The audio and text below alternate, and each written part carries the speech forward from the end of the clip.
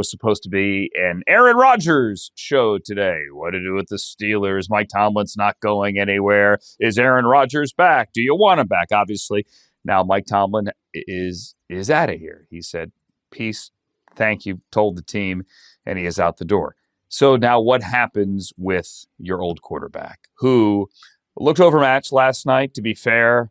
A lot of people look overmatched against that Houston defense. It's the same system, exact same system, because Matt Burke, former disciple, former assistant under Jim Schwartz, same system the Browns run, and the results were kind of similar to what Rodgers had a couple of weeks ago in Cleveland.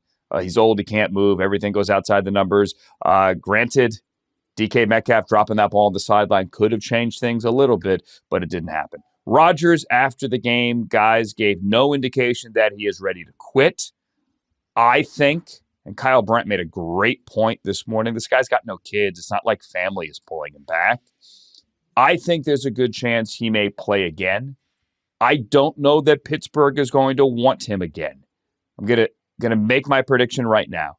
After listening to Kevin O'Connell and Kwesi Adolfo-Mensah this morning in their Ensign presser in Minneapolis after the Vikings failed to make the playoffs, after J.J. McCarthy had an kind of season, and when both of them stressed the need for depth, i.e. competition in the quarterback room, they did this dance last year.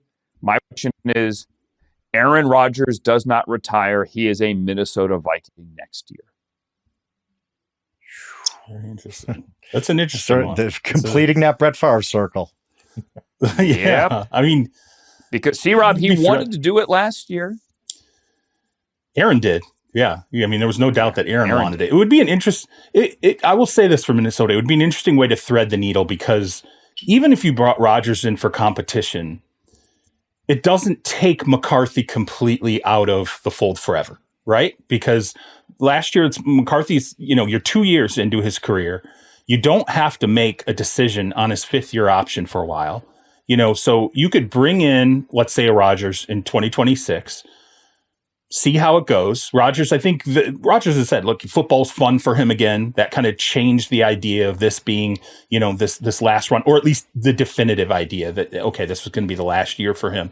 So if you're Minnesota, you could bring him in, have sort of the competitive environment. All of a sudden, you see McCarthy would sort of slide into the Jordan Love backup spot where, okay, hey, you're going to potentially get another shot at this. If Aaron Rodgers retires after the 2026 season and we feel good about you, 2027 could be your second shot at ultimately that job. And it could be good, I think, for J.J. McCarthy to sit behind an Aaron Rodgers, learn things. I think Rodgers, to me, showed a heck of a lot in his handling of Zach Wilson with the New York Jets.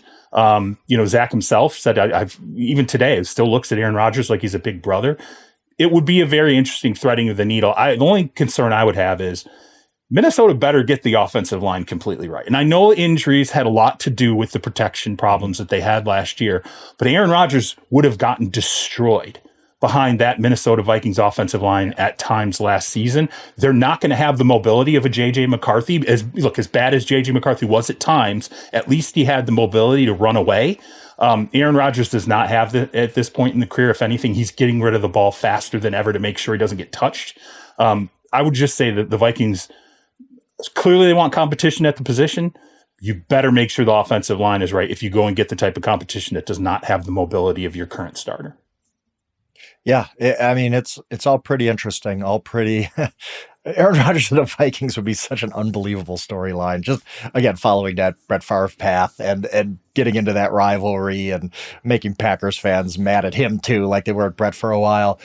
I don't know that he comes back, just because he's a very self-aware guy. We all know that. And you're tempting fate. He played so well at age 42, considering the history. The only guy who would come close to where he was as a quarterback is Tom Brady, who just did it year after year because he's Tom Brady. And you could see it. And Charles, you just talked about this. Like, he wanted to get rid of the ball. He didn't want to get hit. And I don't blame him. He's a 42-year-old man. I don't want to get trucked by Will Anderson 10 times a game. Like, what fun is that? Kenneth Gainwell had about 11 billion catches in the last month of the season. And what's the point in Aaron Rodgers coming back? Like, play until you want to play. That's great. And he showed he's still got something left. But I wonder if you come back at age 43, if you're having that final Johnny Unitas season, if you're having that final Brett Favre season where the wheels just kind of fall off. I don't know that he wants that. I don't. It's interesting though. I mean, if the opportunity presents itself with the Vikings, man, that would give us something to talk about all summer, wouldn't it? That'd be fun. But I don't know. I feel like you keep pushing. Whoa, I played pretty well this year. I got one more year left in me. You never know. That cliff comes pretty soon, especially when you're 43 years old. So we'll see. But he's obviously, the fact that he's left the door open after pretty much before the season saying, no, I think this will probably be it. We'll see. And now he's kind of left the door open. It makes him very fascinating for the next few months. Do we agree that if I'm the Steelers, in all likelihood, with Tomlin out, I don't. It doesn't make sense anymore. I don't think Aaron would necessarily want to go back there either. Want to play something from last night. So Rodgers didn't really give much insight on the podium after the game as to whether or not he wants to play again. He said he doesn't want to make an emotional decision. He's going to, think about it a little bit. Hopefully, it doesn't take months and months and months. Free agency begins in the middle of March, as it always does. He was asked, did you enter the stadium today thinking this is going to be your last game? He said, I always do so thinking it's going to be my last game. But then he was asked about Mike Tomlin, and he talked about Tomlin, but also brought in his former head coach. Take a listen.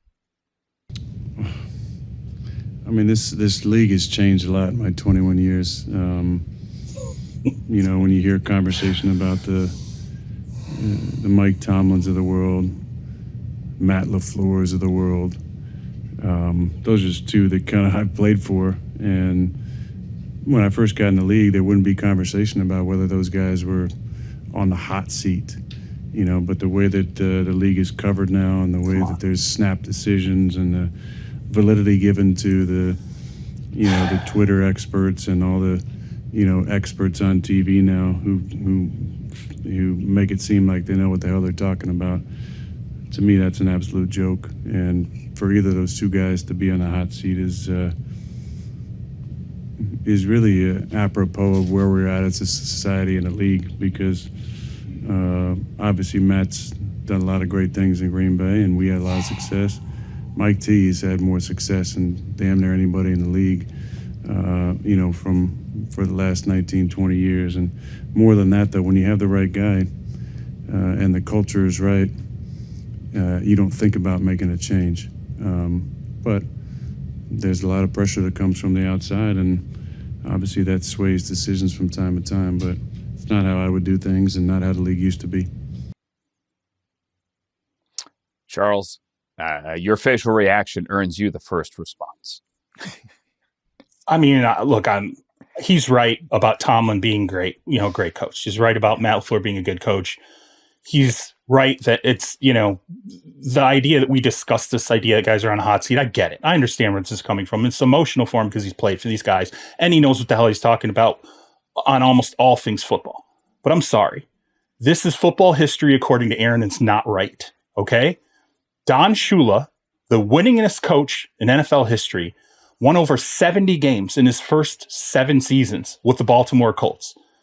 He lost to the New York Jets in Super Bowl III. That was considered one of the biggest losses, even to this day, the most unbelievable upsets in NFL history. It pissed off his owner. He was on the hot seat the following year. He missed the playoffs.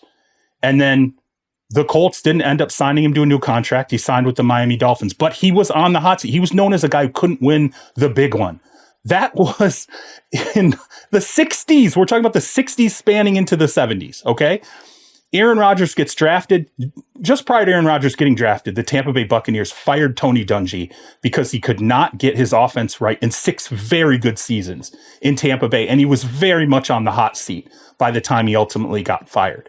Marty Schottenheimer, the year after Aaron Rodgers came into the league, went 14-2 for the San Diego Chargers, lost in the first round of the playoffs, ultimately gets fired by ownership because he could not turn this team into a Super Bowl winning team, and A.J. Brown, the general manager, and he could not get along. He gets fired. 14-2. Marty Schottenheimer, one of the greatest coaches in history, won 200 regular season games, never coaches again in the NFL, and absolutely was a hot seat guy because he could not get that team ultimately to the Super Bowl. Andy Reid, 2012, Andy Reid gets fired by the Philadelphia Eagles, was on the hot seat because Andy Reid could not ultimately get it done with the Philadelphia Eagles. You cannot tell me over the course of history that good coaches do not end up on the hot seat and fired.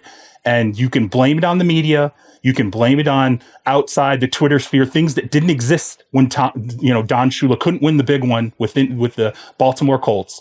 And yet we still see this happen now. So it should look, I respect Aaron. I respect that Aaron has opinions, but in NFL history, this is a cycle. It happens with quarterbacks who are great and ultimately end up on the outs. It happens with great coaches who are great and ultimately end up on the outs. And by the way, he talks about, especially when teams have like a good culture going and everything. And I guess he includes Matt LaFleur and the Green Bay Packers in that. It wasn't that long ago that he was calling Green Bay's culture corporate and leaving.